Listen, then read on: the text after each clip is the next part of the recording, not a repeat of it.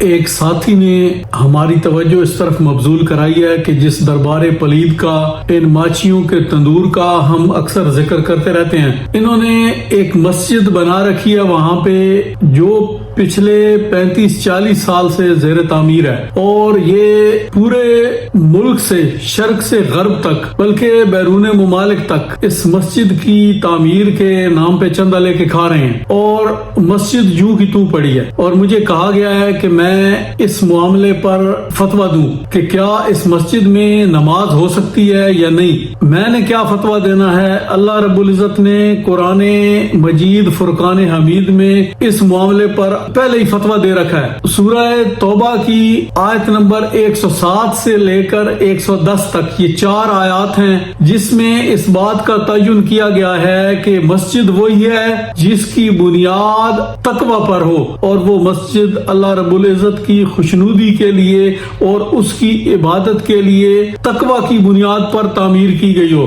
جس مسجد کی بنیاد بددیانتی اور بے ایمانی پر ہو اور چندہ بٹورنے کی خاطر، اپنے پیٹ کا دوزخ بھرنے کی خاطر تعمیر کی گئی ہو، وہ مسجد مسجد ہی نہیں کہلاتی، اس کو قرآن نے ایک عمارت قرار دیا ہے۔ ان لوگوں کا کیا ہے؟ یہ تو صدقہ فطر لے کے کھا لیتے ہیں، اور سجادہ نشین صاحب قربانی دیاں کھلا مانگ کے کٹھیاں کر کے وہ بھی کھا لینے، انہیں تو کیا توقع ہے کہ وہ مسجد کا چندہ چھوڑ دیں۔ یہ مسجد میں آپ کو دکھا رہا ہوں، انہوں نے اس کی فرنٹ ایلیویشن جس کو اگالی کہتے ہیں، یہ تقریباً 35-40 سال ہو گئے ہیں یہ تعمیر کر کے کھڑی کر دی ہے، اور مسجد یوں کہ توں پڑی ہے، اس کی کوئی تعمیر نہیں کرتے، بلکہ یہ مسجد کا کچھ حصہ ضم کر کے اپنے گھروں میں کھا چکے ہیں۔ اس مسجد کا حدود اربع میں آپ کو گوگل کے ایریل ویو کی مدد سے یہ دکھا رہا ہوں کہ یہ مسجد کہاں تک تھی اور انہوں نے کتنا حصہ اپنے گھر میں دبا لیا ہوا ہے،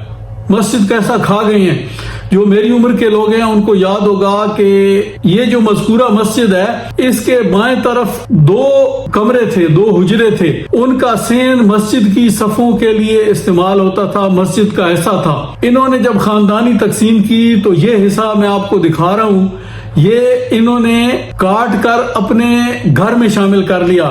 یہ جہاں آج کل دروازہ لگا ہوا ہے جس کا رخ مشرق کی جانب ہے، یہ انہوں نے اپنے گھر میں مسجد کا حصہ ہڑپ کر لیا ہوا ہے۔ تو میرے بھائیو، ایسی کسی مسجد میں نہ نماز عید ادا کی جا سکتی ہے، نہ نماز جمعہ ادا کیا جا سکتا ہے، نہ نماز پڑھی جا سکتی ہے، نہ نماز تراویح ہو سکتی ہے۔ تو جو لوگ اپنے محلے کی، اپنے شہر کی مساجد جہاں نماز اور نماز جمعہ ہوتی ہے اور جن کی بنیاد تقوی کی بنیاد پر ہے، وہ چھوڑ کر ان کی مسجد میں جاتے ہیں، میں ان کو تنبیہ کر رہا ہوں کہ وہ یہ کام کرنا چھوڑ دیں۔ اس مسجد میں نماز نہیں ہوتی۔ مسجد وہی ہے جس کی بنیاد تقوی پر ہو، اور جس کی بنیاد ان شیطانی کاموں کے لیے ہو کہ مال اکٹھا کر کے کھانا ہے، وہ مسجد مسجد نہیں، قرآن نے اس کو عمارت قرار دیا ہے۔ تو وہاں مت جائیں اور اپنی نمازیں ضائع نہ کریں۔ قرآن کا فتویٰ سنانے سے پہلے میں نے آپ کو یہ حدود اربع ان کا یہ گوگل کے ایریل ویو کی مدد سے دکھا دیا ہے کہ انہوں نے کتنا ہڑپ کر لیا ہوا ہے۔ آئیے اب قرآن سے پوچھتے ہیں۔ قرآن کہتا ہے وَالَّذِينَ اتَّخَذُوا مَسْجِدًا ضِرَارًا وَكُفْرًا وَتَفْرِيقًا بَيْنَ الْمُؤْمِنِينَ وَإِرْصَادًا لِمَنْ حَارَبَ اللَّهَ وَرَسُولَهُ مِنْ قَبْلُ وَلَيَحْلِفُنَّ إِنْ أَرَدْنَا إِلَّا الْحُسْنَى وَاللَّهُ يَشْهَدُ إِنَّهُمْ لَكَاذِبُونَ۔ اور منافقین میں سے وہ بھی ہیں جنہوں نے مسجد تیار کی ہے مسلمانوں کو نقصان پہنچانے اور کفر کو تقویت دینے اور اہل ایمان کے درمیان تفرقہ پیدا کرنے اور اس شخص کی گھات کی جگہ بنانے کی غرض سے جو اللہ اور اس کے رسول صلی اللہ علیہ وآلہ وسلم سے پہلے ہی جنگ کر رہا ہے، اور وہ ضرور قسمیں کھائیں گے کہ ہم نے اس مسجد کو بنانے سے سوائے بھلائی کے اور کوئی ارادہ نہیں کیا، اور اللہ گواہی دیتا ہے کہ وہ یقیناً جھوٹے ہیں۔ تو ثابت ہوا کہ جس مسجد کی بنیاد تقوی پر نہ ہو، اس کے مقاصد اور ہوں، شیطانوں والے، تو اس مسجد کو مسجد نہیں کہا جا سکتا۔ اور اللہ رب العزت اپنے حبیب کو خطاب فرما رہا ہے کہ جس مسجد کی بنیاد تقوی پر نہ ہو آپ اس میں کھڑے ہی نہ ہو، لا تقم فیہ ابدا، اے حبیب آپ اس مسجد میں کبھی کھڑے نہ ہو، لمسجد اسسا علی التقوی من اول یوم حق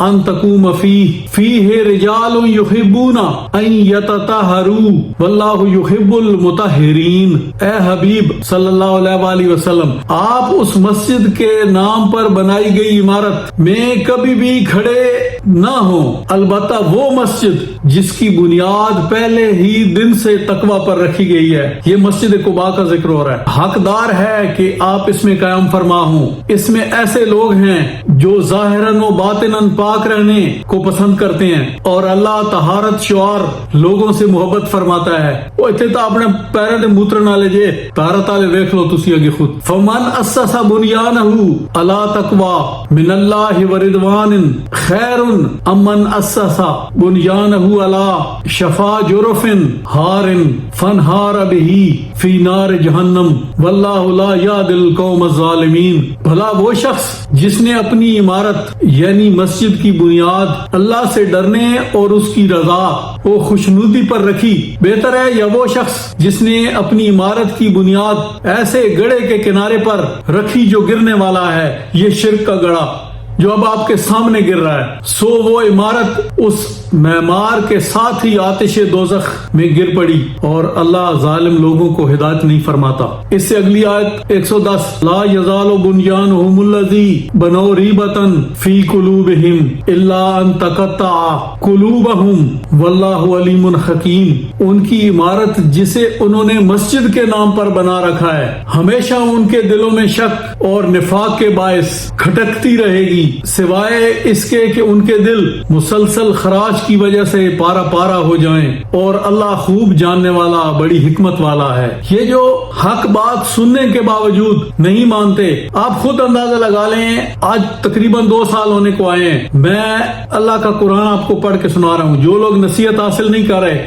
ابھی بھی اپنے چند مردے اٹھا کے وہاں جنازے کے لیے لے جاتے ہیں اور ان کو جہنم کے گڑھے میں جھونک آتے ہیں۔ ان لوگوں کے بارے قرآن کیا کہتا ہے؟ ان الذین کافروا سواء علیہم انذرتہم ام لم تنذرہم لا یؤمنون۔ سورہ بقرہ آیت نمبر 6 سے 10 تک۔ بے شک جنہوں نے کفر اپنا لیا ہے ان کے لیے برابر ہے خواہ انہیں ڈرائیں یا نہ ڈرائیں، وہ ایمان نہیں لائیں گے۔ ختم اللہ علی قلوبہم وعلی سمعہم وعلی ابصارہم غشاوۃ ولہم عذاب عظیم۔ اللہ نے ان کے دلوں پر مہریں لگا رکھی ہیں اور کانوں پر مہریں لگا رکھی ہیں اور ان کی آنکھوں پر پردہ ڈال رکھا ہے اور ان کے لیے سخت عذاب ہے۔ وَمِنَ النَّاسِ مَن يَقُولُ آمَنَّا بِاللَّهِ وَبِالْيَوْمِ الْآخِرِ وَمَا هُمْ بِمُؤْمِنِينَ، اور لوگوں میں سے بعض وہ بھی ہیں جو کہتے ہیں ہم اللہ پر اور یوم قیامت پر ایمان لائے، حالانکہ وہ ہرگز مومن نہیں ہیں۔ بے شک کلمے پڑھ دے رہنا، میت موڑے تو اٹھائی کلمہ شہادت، وہ شہادت انہاں دے دلاں نہیں اتری، کیونکہ اس مردے نو جہنم میں لے کے جا رہے ہیں اور خود بھی